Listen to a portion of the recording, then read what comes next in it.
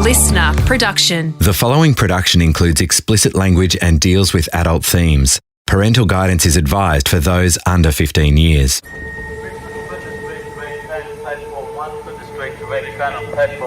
Hello, I'm Adam Shand and welcome to episode 6 of The Trials of the Vampire.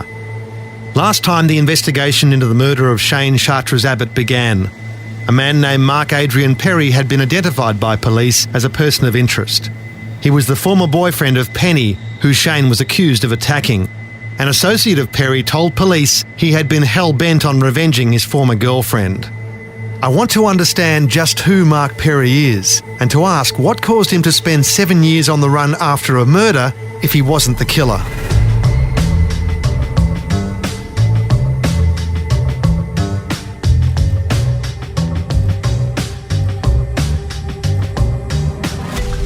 I just had a call from Mark Perry. I tried to reach him through mutual contacts but heard nothing back. I didn't expect to.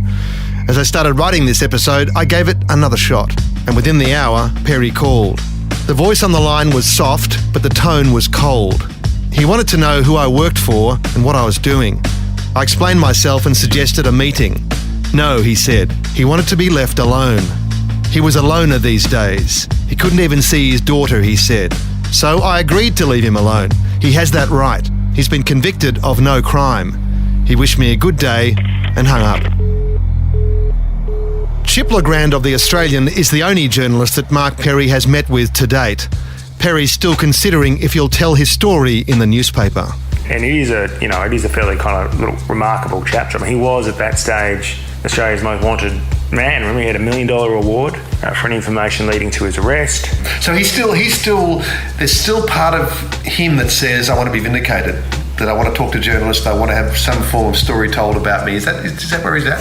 I think in some ways it's more, I think he just wants his story captured somewhere, if for no other reason, even just for his family. He's got a daughter, his parents, just so he can explain to people, well, this is what happened. Those 7 years where I disappeared, this was my life.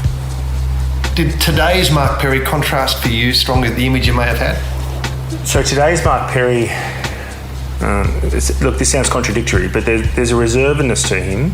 There's still a guardedness to him, but at the same time, you can see how he would have been quite a gregarious personality at one point. I mean, he is still very much a sort of a social being, likes to have a chat, loves to spin a yarn. Obviously he's got a few to tell. He's very disciplined, so he's extremely fit. He trains every day in sort of a mix of martial arts and other things that he does. He does a bit of personal training on the side, so he's quite disciplined in some ways.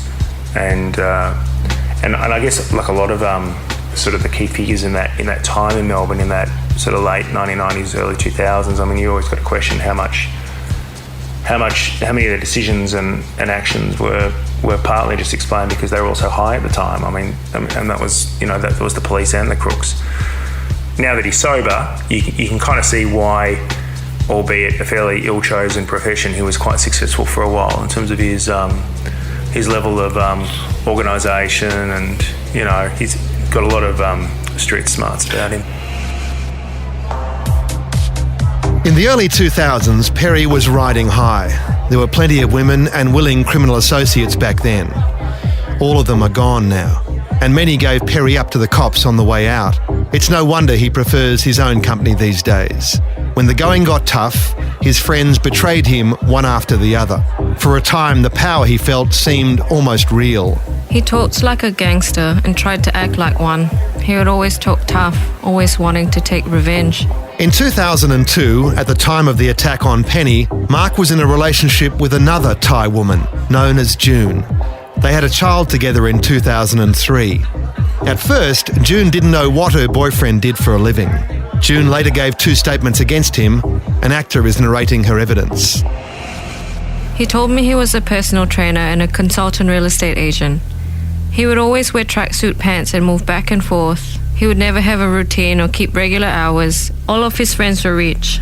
Mark would always have cash. Mark would always use drugs on the weekend. The majority of the times, he would use cocaine. This cover story didn't satisfy June for long. She threatened to go to the police if he didn't tell her the truth, and he opened up to her.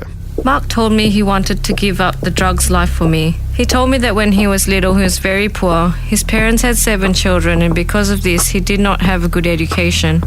His first job was a security guard at the Provincial Hotel in Fitzroy. It was there he started to meet a lot of people. At first, Perry was just selling marijuana, but later he stepped up to cocaine and other recreational powders and pills. Melbourne's illicit drug industry was thriving. Cheap party drugs like ecstasy and methamphetamine had transformed the nightlife of the city, and the people who supplied that demand were making fast fortunes. However, an intense battle for market share between the main factions was turning nasty and violent. Perry was on the fringes, but he wasn't immune to the suspicion and paranoia spreading over the ganglands. Mark would always talk tough, always wanting to take revenge. He would talk about his friends bashing people, burning cars, gangsters getting killed. Mark would talk about his friends taking revenge on people who did the wrong thing. Mark said he loved what he was doing because he was strong. He could do whatever he wanted and get away from the police. While I was with Mark, he would read the newspapers and would say, "Oh look, my friend has been killed." I did not know who he was talking about, but it was about the gangster killings. June became enmeshed in Mark's criminal world. He threatened that if I opened my big mouth, he would put drugs in my bag and then I would be in big trouble. I felt that I was being used by him. If he went out at night, he would make me go with him in the car. I told him that if he was dealing drugs, I did not want to be with him. He assured me that he just wanted my company. He was a sweet talker and a dreamer and would always talk shit. But June stayed with Mark throughout turbulent times in 2002. She said that in August he abruptly departed the state and bought a house on the Gold Coast in Queensland with an associate. This was around the time of the attack on Penny. He was very, very scared, and that's why he went there. He said that he wanted to get away as he was sick of everything in Melbourne. While he was there, he would travel up and down all the time from Queensland to Sydney. The sea change in Queensland didn't last long, according to June. By New Year's Eve, Mark was back in Melbourne, renting a city apartment which he later bought. After a short time, he started getting stressed and depressed. He talked about a lot of people who had betrayed him and that he started running out of money. To this point, June was unaware of Penny's existence and her relationship with Mark. I found a woman's telephone number and address. It was a Thai lady.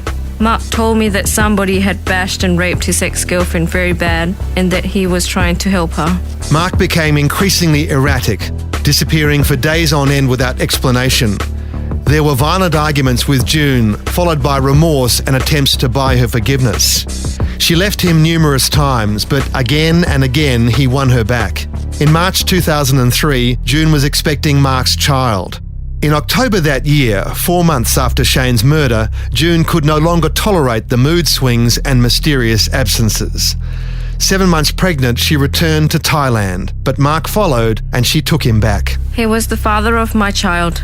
He wanted another chance. He again said he had changed. He would be a good man. They bought a house together at Pattaya Beach, a haven for tourists 100 kilometres east of Bangkok. Mark told me he had sorted out all his problems in Melbourne and he did not want to go back there at all. June gave birth to their daughter in December 2003, but the new father wasn't around for long. Mark returned to Melbourne but came back and forth to Thailand 3 or 4 times. June thought he was back with Penny. On one of the times he came back, he told me that the man who raped Penny had been killed. Mark said this man who came out of jail had been killed. I asked why they do this. Mark said because he was mental. I thought to myself, this is the reason why Mark came to Thailand to see me. I was so scared. I told him that if he wants to start a new life with me, he cannot talk about this anymore. Mark's new life in Pattaya included business associates like Marcus Hilton, an English drug dealer with Australian connections. Hilton was living like a lord in Pattaya Beach in a mansion worth £1 million. He had a factory churning out ecstasy and methamphetamines for sale in the UK and Europe. Perry's house was next door to Hilton's in Pattaya's upmarket Jomtien Palace Village, according to police intelligence. Perry was making trips to Europe and Colombia in South America on cocaine business with Hilton. At the same time back in Melbourne, investigators were following Perry's progress through credit card transactions and travel bookings. The paper trail showed Perry making regular visits home, but only staying for a few days at a time. Police seemed in no hurry to bring him in for questioning on these visits to Melbourne. Former police I've spoken to are surprised that Perry was allowed to come and go so freely. Chris Costo is a former Victoria Police detective. He's taken a vital interest in this case for reasons we'll get to soon. The suspect was nominated on the 16th of June. So you would assume that some initial work would have been done, and at some stage they would have said, you know what, let's go and grab Mark Perry. Time to a story. We don't care what he says. Let him say that he was down at the bottom of the garden with Tinkerbell and Peter Pan who were picking posies. We don't care. Put him. Time to a story. This was not done. Charlie Bazina was a senior investigator with the homicide squad at the time, but he wasn't on this case. He told me there was a rationale for giving Perry a long lead. Because in this case, the critics of the police investigation say there was a strong argument to pull Perry in at that point and just register his demeanour, get something on tape, even if it's no comment. Would you have done that? No, not at all. Not at all. In the day and the age we live in now, you work on the premises as investigators, that you bring someone in, they're going to say no comment, especially if they've got some criminal background. Is it tactfully for us, we bring the person in and we put the allegations to him and we get his side of the story.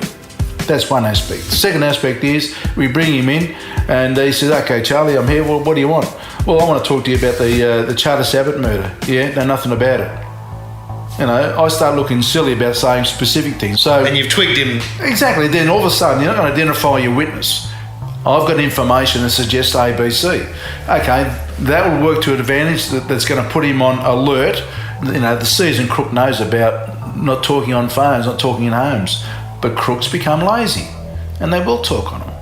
We've had major drug dealers in the past, and they do. Invariably, they know about telephone intercepts, yet they continue to talk on them. Because they didn't have any evidence that placed him on the scene. Correct. There was no phone towers, there was nothing. All they had was the hearsay evidence. So, your experience, it's better to wait till you get something more often than not. But then again, one of your starting points is to say, okay, we'll bring him in, and let's see what his alibi is.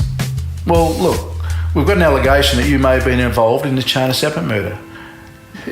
He can put up his ironclad alibi and says, well, I was in Thailand at the time. But we can support that through travel documents. Okay, well, I was in Wollongong at the time. A lot harder to do it. Who were you with? Okay, these guys are going to swear black and blue that this guy was with him at the time. Hard alibi to break. So then ultimately you're setting him up. He then starts setting up his defence at that stage, if he needs to set up his defence. So they're the things that are going through the investigator's mind. Of course, Perry wasn't the only suspect. Shane had told a number of people that he feared an Asian gang in cahoots with St Kilda Police was after him. Penny was being led astray by a corrupt network involving high rollers at Crown Casino, police, magistrates and politicians, he said. It sounded far-fetched, that is, until he was murdered, when every possibility had to be assessed. But how to substantiate such vague intel was the challenge. Listening devices were planted in Penny's house, but they came up empty. And there was nothing to connect the local Asian crime factions with this. The only name police had was Chusak, the Thai national who'd accompanied Penny to the hotel on the night she was attacked.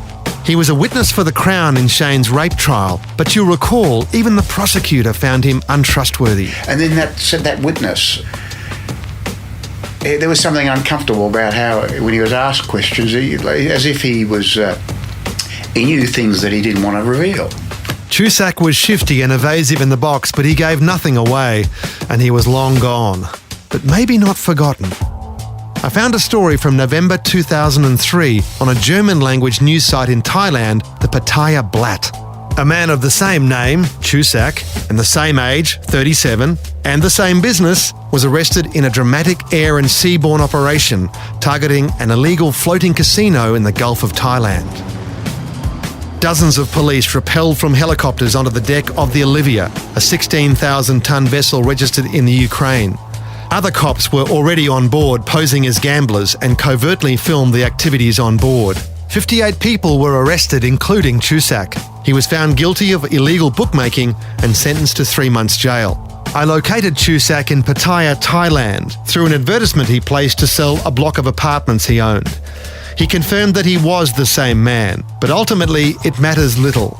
Without further evidence, Chusak remains just a shadowy connection, an insinuation of the evil forces that Shane conjured up. The Asian gang theory wasn't followed up. No one took seriously the gigolo and his snuff movie stories. The police investigation continues after this break.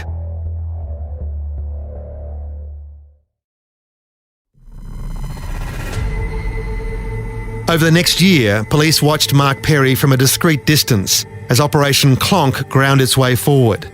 In April 2005, Perry and June returned to Australia with their baby daughter, but still, police didn't pull him in for questioning. In September of that year, investigators appealed for help through the media. They were seeking a man named Mark Andrew, which of course was Mark Perry's alias. Included in the release was an identikit picture of Andrews, which naturally enough bore a striking resemblance to Perry. It drew immediate results. Another insider stepped up with information. Information from confidential source. Mark Andrew is the boyfriend of the woman that Shane Chartres Abbott raped. A couple of days prior to the murder of Chartres Abbott, a friend of Mark's by the name of who is known as said that he'd been talking to Mark and Mark told him to watch the papers as something is going to happen. This sounded a lot like Perry's business partner, Roberto, the caller went on. About 4 months after the murder, Mark said that the police suspected he did the shooting. Mark then left Australia for Thailand and I haven't seen him since. He was missing for a while and we thought he was dead. I found out that he's currently in jail in Spain. If anyone would know where Mark was, it would be... The caller was right. Roberto knew exactly where Mark was, but police knew Roberto wasn't in a Spanish jail. He was living in an apartment in Melbourne South. On the 10th of September, Perry jetted home from his latest sojourn in Thailand, and police tracked him to Roberto's place. Listening devices were planted in the apartment the following day. Victoria Police are appealing for assistance in their investigation into the murder of the so-called vampire gigolo, Shane Chartres Abbott. On the 26th, police fronted the media on the 5 p.m. news, and Perry and Roberto were home in front of the TV. Detectives have released an image of a man named Mark Andrew they'd like to speak to in relation to the murder. Inspector Bernie Rankman released an... Detective Sergeant Trevor Smith of the Homicide Squad was listening for their reactions through the bugs. An actor is narrating from a statement of what he heard. Perry continued to watch the news until 6 p.m. During this time, Perry received a number of phone calls. At 5:08 p.m, Perry said something similar to, "Someone's rung in." After this, there was no mention of the aforementioned media release between Perry and... There were periods of silence until the sport came on towards the end of the program. There was then conversation between Perry and about football whilst watching the sport on television. Perry and remained at the unit until they left at 7:05 p.m. During this time, I found the lack of conversation between Perry and during and after the media release was conspicuously suspicious. In other words, Smith thought that his targets were aware of the listening device and kept their mouths shut. Many crooks I've met assume they're bugged all the time. Mostly it's drugs that fuel this delusion, but occasionally they're right and someone is listening. There's another possible explanation for the silence. Perry told Chip Legrand that Roberto had been asleep during the media release, hence the silence, but that seems unlikely. The media release yielded one more curious piece of information. Apparently, Kathleen Price's sister Frances had contacted Crime Stoppers. You'll recall she was living with Shane and Kathleen in 84 Howard Street Reservoir at the time of the murder. She told Crime Stoppers she'd recognised the image of Mark Andrew in the media release. With another man, he had been watching their house in the days before the murder. At the time of Chartres Abbott's death, she was working in a service station starting at 4 p.m. and finishing at 1 a.m. She saw the vehicle, a new model Ford Falcon or Fairlane sedan, gold, and two males when leaving for work and returning home. The vehicle was parked outside the house that was between them and the laneway. The caller, Frances allegedly, said she told Shane about this on the night before his death. But by all accounts, Shane kept this to himself. The caller described one male as mid to late 30s, 6 foot, tanned, blue eyes, short blonde hair. Stated that she recalled Chartres Abbott saying that he met a male around his sister's place who told him to be careful. Believed this male was a friend of the victim's boyfriend called Mark. This intel and the physical description the caller gave again pointed back to Mark Perry. But again, Shane never mentioned this to anyone else. He was concerned about Asian gangs and corrupt police, not Mark Perry. The investigators considered asking Frances to view an identity parade, presumably with Mark Perry included in the lineup, but that never happened. I contacted Shane's lawyer, Ross Privatelli. I asked why had Frances taken so long to share this knowledge. Look, I know it was a long time ago, but Frances's position is that she denies having made the statement. In fact, she says that she denies having any knowledge of the statement. So I think when it was provided, it may have come as a complete surprise to her. there really probably would have been no reason for her to say that. My view is that she's putting her position truthfully, and she has no knowledge of the statement. I'm not quite certain why it wasn't followed up by the police in terms of identifying who the person was who made the statement. Victoria Police won't comment on the alleged call from Francis. In any case, nothing came of the information, and Mark Perry's freedom continued. It's fair to say that Victoria Police were busy at the time. Vic Pol's elite Piranha Task Force was mopping up the blood of the gangland war, which was nearly at an end. A wall of silence had crumbled in 2004-05, and hitmen were lining up to inform on their former bosses. Deals were on the table for the right stories: reductions in sentences, waiving of tax bills, immunity from asset seizures, even if the testimony did not lead to a conviction. One such individual saw a golden opportunity. We can't name him for legal reasons. We can't discuss his criminal history or his possible links to other cases because that might tend to identify him. His own lawyer describes him as a great storyteller, so I shall call him the author. When you hear the story he tells, you may well agree. The author tested the waters in an interview with a homicide detective, Peter Trickias. Former cop Chris Costo. This guy's an inmate at the time, and he was being interviewed in relation to other matters. There, out of the blue, he points to the inside of his hand, and where in big letters he had the word vampire in capital letters.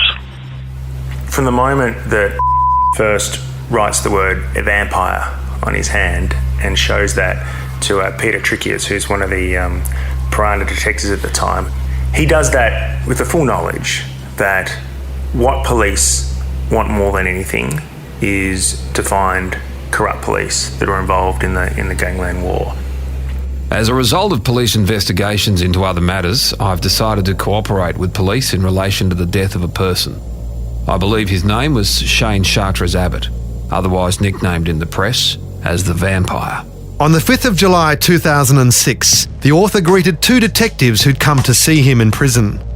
He said he was ready to tell them a story. I'm unable to remember exactly the date and the year, as I've been in custody now for over years on other matters. I wish to make it clear that this incident was not a contract killing. It was an incident that transpired as a result of the deceased's assault on a number of females. It came to my knowledge that the deceased, in his role as a male escort, had brutally inflicted injuries on more than one female victim. So it was for personal reasons, a result of a favour for a favour. I decided to help eliminate a person whom I regarded as an animal and a danger to other females. It was a revenge killing. Suddenly, Shane was a rampaging serial rapist, and the author was a killer, but at the same time, a man of principle. He named another victim. Shane had attacked a client named Little Carol, who had later killed herself over the trauma. It was a nice flourish, but detectives could never find any evidence to support it. Little Carol's demise, much like her existence, remains a mystery to this day. At the beginning, the author's sense of honour, he claimed, prevented him from giving up his accomplices. Because of my reluctance to incriminate others, I can say and only say that I participated in the death of the deceased, and I make this statement in an abstract way to avoid implicating others. That reluctance would not last very long. He was still building his story, working out what to tell police and when. The first statement evolved over several days. Initially, the author could not even remember the name of the street, so one of the detectives gave him a leg up. She showed him a printed street directory. I've looked in a Melways today and I'm able to recall and describe the street where the deceased lived, which is Howard Street Reservoir. I'm also able to recall the getaway route as described yesterday. He also recalled performing surveillance on Shane's house prior to the murder from a car park at the railway station a few hundred metres away. After reading this, I went to the scene to check the story with the help of a local named Marilyn. So we get a plane going overhead there. Yeah, I love. Is this a flight path here? Do you get many planes? Yeah, more helicopters. I see. I asked Marilyn about vantage points in the street. She pointed to a bus stop at the end of Howard Street on High Street, which looks straight down to Shane's old house. Down this street, you could spot someone. The way it's set up, Then you've got the laneway. You didn't have that big tree there. So if someone was coming out, you could see someone walking out the door. And you reckon the bus stop, you got High Street, then across the road. Yeah, someone could have sat there, given the nod that he's coming out, you know what I'm saying, and done something that way. But you know, someone confessed to killing Shane. Do you know that? No. Okay, he confessed. And what he said was, he claimed he was in the car park at the railway station. Oh, yeah. Doing surveillance on the house. Do you think that'll be possible? Could you see? Do you reckon anything from the railway station? No. No, you got the Sheen that's panel always been service. there. It was Factory. under a different name then, but you would have had to have either been up there or in the street. So someone who reckons they've been looking from the railway car park is either mistaken or they're telling lies. Telling lies. That's bullshit. Truly bullshit. This was an obvious flaw in the story. You simply can't see 84 Howard Street from the railway car park. It's obscured by the 6-metre wall of a workshop on the corner. There were other problems with his recollections of the murder scene. From my information and observations, I thought that the deceased lived on his own. The deceased left his house, accompanied moments later by another male and female. This came as a total surprise, but the wheels were in motion and I acted spontaneously. Kathleen and her father Jerry told a different story, in which Shane was the last, not the first, to leave the house. I walked out the front door first, then my dad, and then Shane. I was trying to get out the door quickly to shut it before one of the Rottweilers got out. Dad and I walked along the grass beside the driveway. Shane was behind us. I walked down the driveway and Shane was a bit behind me and Kathleen a few paces behind also. The killers were behind Kathleen and Jerry when they confronted Shane. In the author's story, it was the exact opposite. Shane was the first to leave the house. I placed myself between the deceased and his companions, and in doing so, I physically bumped them. It was done to extricate him from the other two so that no harm could come to them as a result of a stray bullet or something else unforeseen. As we know, Jerry Price got clobbered in the face by one of the killers. I would have been next to the letterbox when, out of the blue, I felt a blow to the head. I don't know what hit me or from where. The blow caused me to fall to the ground. But the author stoutly denied this. There was no personal physical assault, although there was physical contact to ensure their safety and the ability to carry out the shooting of the deceased as quickly as possible. I'm aware there was some sort of allegation that one of the deceased's companions was physically assaulted. This is simply not true.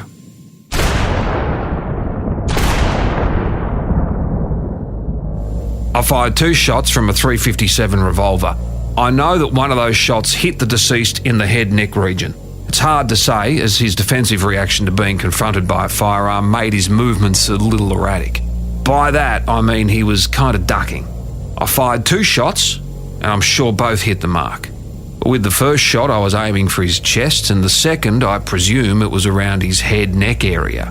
I have some recollection of seeing black around the deceased's shirt or neck area. This could have been when he was going down. This cold and matter-of-fact description of the killing was at odds with the forensic evidence. 2 shots, fired at very close range. No aiming required when the gun is millimetres from the target. At the time of the incident, I was wearing blue denim jeans, runners, a grey roll-neck jumper and a dark-coloured beanie. The beanie was pulled down my forehead not to obscure my vision, and the roll-neck jumper was rolled up to the bridge of my nose and acted like a kind of balaclava. This part of the author's story did tally with evidence from the witnesses, but this information was already in the public domain through the media. The suspects are described as thin to medium build, one wearing a beanie and a scarf, the other had a jumper pulled up concealing his face. The police needed names to help stack up the author's claims, and soon he complied. The first name was Warren Shea. He claimed he met Warren Shea in a restaurant in South Melbourne 9 days before Shane's murder. The attack on Penny was the reason for the meeting. If someone close to our circle is treated in this manner, it's a case of touch one, touch all, and we take matters personally. The victim's ex-partner was closely associated with Warren, and it was the wishes of the ex-partner to have Chartres Abbott dealt with as a reprisal for the attack. My understanding of what Warren was asking to be done, in not so many words, was breaking every bone in his body right through to killing him. I told Warren, leave it up to me, and that the matter would be dealt with. I recall saying, he is an animal and a piece of shit and deserves to go. Consider it a favour. According to the author, Shay handed over a piece of paper with Shane's address and description, and a free hit was set in motion. But the author needed backup for this execution. He named an ex-boxer, Evangelos Goussis, as his accomplice. Ange, as he was known, was facing life in jail for 2 other gangland hits, so a third murder charge was the last thing he needed. But we'll deal with that story in the next episode. Ange was never asked by me to participate in this killing. He naturally volunteered as a matter of principle, and because Ange was obligated to me for helping him out in the past in relation to his safety. And in this first statement, the killer helped police find a murder weapon. He said it was to be found in open water off a swimming enclosure at Eastern Beach in Geelong. I disposed of the firearm by throwing it into the open water. I, and I alone, disposed of the firearm at this location, and as such I'm the only one that has knowledge of the firearm's existence and its whereabouts. This is the firearm that I used to kill Chartres Abbott. The author's claim that he used a .357 Magnum to kill Shane might have raised questions. Kathleen saw the gun and described it as being grey and about 5 inches long, and looked like something off old TV shows and Cops and Robbers. The shots were like a popping noise, like a cap gun, not really loud. Just for comparison, this is the sound of a .357 Magnum. Not exactly a cap gun, is it? The author was taken from prison to the swimming enclosure at Eastern Beach and showed police where and how he'd thrown the gun. He told them they would find 2 spent cartridges in the revolver and 4 live rounds. Police divers began a slow and painstaking search of the sea floor. They found nothing on the first day, but visibility was less than 3 metres. A second dive was made in worse conditions 2 days later, and still nothing. A third dive was made on July 16, when visibility was up to 6 metres. And within half an hour, Senior Constable Rebecca Caskey signalled the target had been located. At 12:45, I saw a bright orange object on the seafloor. On closer examination, I found that it was a large revolver. The firearm was lying with its barrel pointing out to sea. It was lying on its side, but just protruding out of the sand. This was a remarkable find for investigators. More than 3 years after the murder, the gun was exactly where the author said it would be. But there were 2 problems with the gun. Firstly, there weren't 2 spent cartridges inside. In fact, there were no rounds in the revolver at all. The cylinders were packed with grease, as if the firearm had been carefully preserved and stored for later use, not thrown away in haste after a hit. Secondly, the gun was so badly corroded it could not be matched to the bullets that killed Shane. So, there was no physical evidence linking the author with the hit. At this stage, the police did not doubt the author, even though some of his details were dodgy. Who in their right mind would confess to a murder they hadn't committed? How would a false confession possibly be of benefit to the author? He knew ultimately what police wanted, and he knew the value of that. He knew that if he could construct a story that would lead to suspicion, perhaps even a charge of police on serious crimes connected with the gangland war, that would buy him an enormous amount of leverage in terms of being able to improve his own situation and probably most importantly to be in control. And to settle scores with people he may have crossed or crossed him in the previous past. That's it. He's in the driver's seat from that point. So when confessed to shooting Shane Chartres Abbott in the plea arrangement that was struck, and again it was something that was done behind closed doors, both in terms of the negotiations and ultimately in terms of the plea hearing before the Supreme Court, he didn't have to spend an extra day in jail for this murder. And he got this one for free. As I learn more about the author's evidence, I'm struck by his total lack of remorse for killing Shane. The notion that he was morally, if not legally, justified in what he did. It's as if Shane was just an animal that had to be put down, a sick, crazy loner whom society was better off without. And of course, this was the media image created of Shane, the vampire gigolo, a callous beast, depraved and dehumanised.